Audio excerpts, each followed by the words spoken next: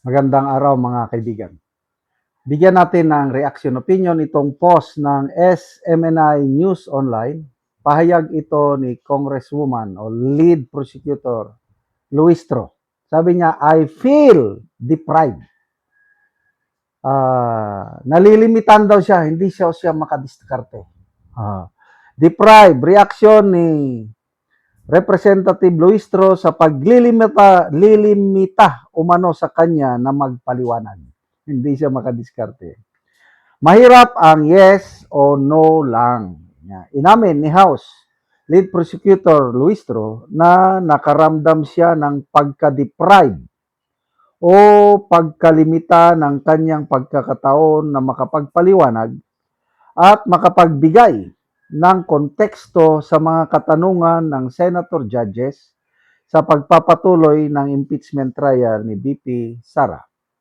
Binigyan din niya na mahirap sagutin ng yes or no lamang ang mga ito nang walang kaukulang kwalifikasyon o paliwanag. Ito, napanood ko yung pagtatanong ni Senator Pia Cayetano. Nakalimutan ko na kung ano yung tinatanong. Kailang nung mag-attempt siyang magpaliwanag, binira siya kaagad ni ano.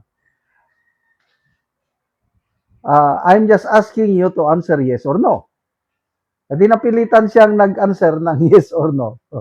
Ito na yung sinasabi niya. Kasi, nakita ko kasi, may mga diskarte sila na malabo. Example, yung pagpresenta nila ng makapal na dokumento ni Las Cañas, galing daw sa ICC na wala namang perma, hindi naman notarized, as in wala. It's just a piece, makapal na, no? Yun yung isang gusto nilang ipaliwanag na sinapol siya kaagad ng presiding officer nung sabi niya na that came from the ICC and ICC do not need notarization. O, sinupalpal siya ng presiding officer na, noted, counsel, but we are not the ICC. Ganun lang. So, natapos na po ang 9 days of trial. Ano na sa tingin nyo ang kalagayan ng trial ngayon? Okay, tingnan natin ang reaksyon ng taong bayan. 35,000 ang nag-react. 34,000 ang tumatawa, 685 lang ang nag-like o naniniwala sa kanya. So, makikita nyo yung reaksyon ng tambayan, overwhelming, nasa 90% pataas ang pumapabor sa defense team ni BP Sara. Dito is wala. Kawawa sila. Comments, now you know. Amawa ka. Kayo nga dyan sa Congress, yes or no lang. Tapos kapag kayo ganunin, nahirapan kayo. Malala ko nga, pag silang nagpapatawag ng resource person, ganyan din sila eh. Pinapahiya ko minsan yung tao, pinipilit, yes or no? Answer me. Ganon. Ngayon, back to you. Talaga, no? Kung anong itinanim mo, yun din ang gagawin mo. Kaya, feeling deprived o feeling talunan, hindi makapagpaliwanag. Ano pa? Quadcom abuse the use of contempt and answerable by yes or no. Familiar? Yes, grabe sa Quadcom. She rips what she saw.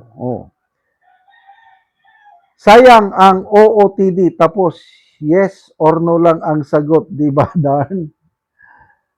Now you know the test when you dose your own medicine. Battle of the brainy and brainless, dignified and undignified, decent and shameless. Kung brainy ang pag-uusapan, grabe itong si Attorney Mark Binluan. Batang-bata pa siya eh. Talagang nilalampaso niya itong sina Loistro, Ligutan at Matibag. Puros mga abogado pa naman tong mga witnesses nito. Kalang hindi sila magsilbi sa galing talino diskarte ni Attorney Mark Binluan. So, unang article pa lang yan ha. So, sino pa kaya ang mga ito? Next week is article, I don't know what number, basta alam ko, unexplained wealth. I am sure ang mag-handle dyan sa cross-examination, yung isang lawyer na ang kanyang expertise is on financial transaction. Sino kaya? Hindi ko alam. Basta, ang gustong-gusto kong marinig magsalita si Attorney Sheila Sison. Di ba kung nagsasalita siya, yung style ng kanyang, ano to? Yung chose niya. Tapos, pag na ganun, talagang makikita mo, parang nanlilisik ang mata. Straight to the point siya, walang paligoy-ligoy. Kaya, sana magkatapat, Loistro and Season. Nabigla nga ako dahil bakit siya bigla, lead prosecutor, ang nag-handle sa direct examination. Di ba, dati si Ligutan. Siguro nasaktan ba o yung pahayag kasi ni dating congressman, Attorney Nel Tupas, yung lead prosecutor panahon impeachment ni CG Corona. Sabi niya, bakit ganyan? Dapat ang mga public prosecutors ang mangunguna, hindi yung private. Which is correct. Dapat yung private prosecutor, alalay lang. Ang dapat na nandyan, mga government prosecutors o house prosecutor.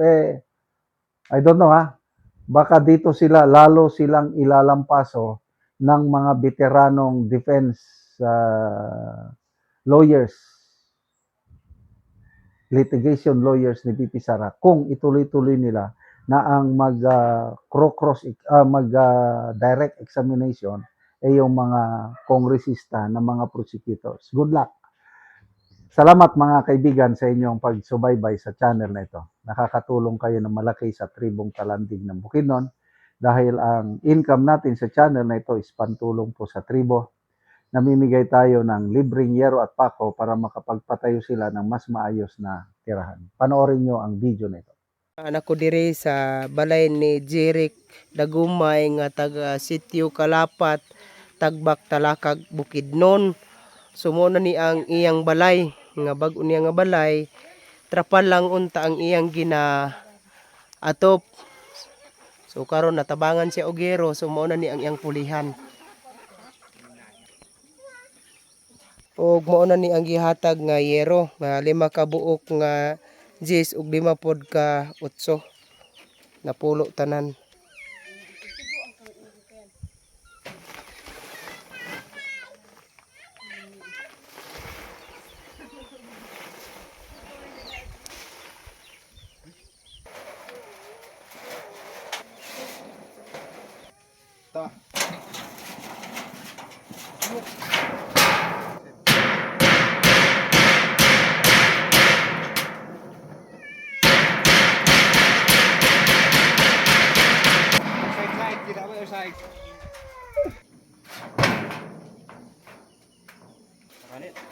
Salamat ko sa Ginoo kay natagam migsin kay ang among atop gid sa una kay kuan trapal lagyod na kadtong karaan nga trapal na kanang naayon na nadaot napulihan na og sin. Pasalamat gid kay ko sa nag-atag. So karon napulihan na gid og yero tong nga trapal lang nga inyong atop. Inong gani dugay namang gid ang among balay na ang among trapal na naghisi. Nag-ipon rami sa uyan sa akong bana kuan karon mauli na gid namo ni kay nanay sin mauli na gid ni namo karon. So unsa ra di ang trabaho sa imong bana? Mais. Mag-uuma lang. Mm, So karon napulihan na gyud tong inyong atop, so di na mo maulanan. di na gid So maulian na ni gid ninyo ang gipatay niyo nga balay. di na gid mi Salamat kaayo.